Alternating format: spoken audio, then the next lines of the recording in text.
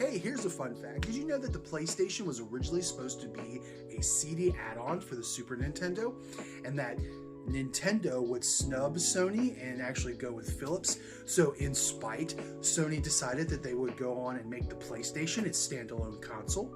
What's interesting about that is, in order to compete with Nintendo and also Sega, with their mascots being Mario and Sonic respectively, Sony wanted to create its own mascot that would personally represent the PlayStation console. They would eventually come up with a character known as Crash Bandicoot. What's interesting about that is Crash Bandicoot was created by Naughty Dog, a young developer. Also, they shared space with another young developer known as Insomniac Games, who themselves created their own character known as Spyro the Dragon. What's interesting about that is, because of the success of Spyro, Insomniac Games also developed Ratchet and Clank for the PlayStation 2, which became so successful that it would become a cornerstone of the Sony library.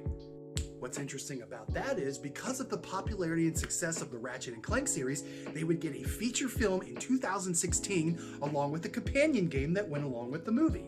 What's interesting about that is the 2016 film used music that was licensed by Wind Up Records, which happened to be the label that housed a lot of post-grunge and alternative metal acts.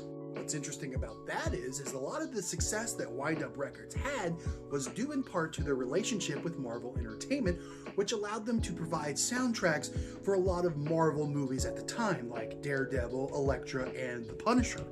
What's interesting about that is the 2004 film The Punisher, starring Thomas Jane, had a massive hit song that was featured on their soundtrack. That song was called Slow Chemical.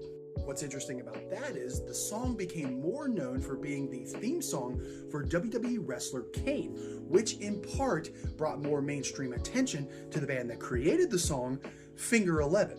And what's interesting about that is Finger 11 is what Jim Hopper wanted to do in his cabin.